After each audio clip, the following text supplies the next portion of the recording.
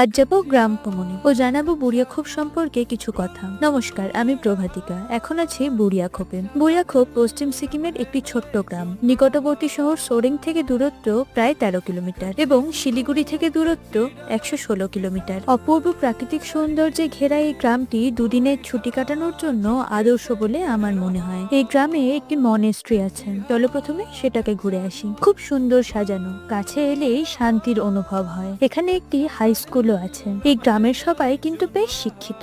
স্কুলের বাইরেটা কি সুন্দর গাছ দিয়ে সাজানো। এই যে গোলাপি রঙের ফুলটা দেখছো, এটা চেরি, জাপানিজে যাকে বলে সাকুরা। আমি প্রথমবার এই ফুলটা দেখছি। বাড়ি থেকে না বেরোলে কত কিছুই না দেখা থেকে যায়। কি দেখছো, ফুল দেখাতে দেখাতে স্কুল দেখাতে ভুলে গেলাম। এই স্কুলটা কিন্তু বেশ বড়, দেওয়ালে সুন্দর সুন্দর ছবি আঁকা আছে। আর সামনে রয়েছে এই একটা বড় খেলার মাঠ। এছাড়া এই গ্রামে আছে একটা ব্যাম্বু হাউস ও খুব সুন্দর একটা ভিউ পয়েন্ট। সেগুলো কাল দেখাবো। আর চলো, টাটা।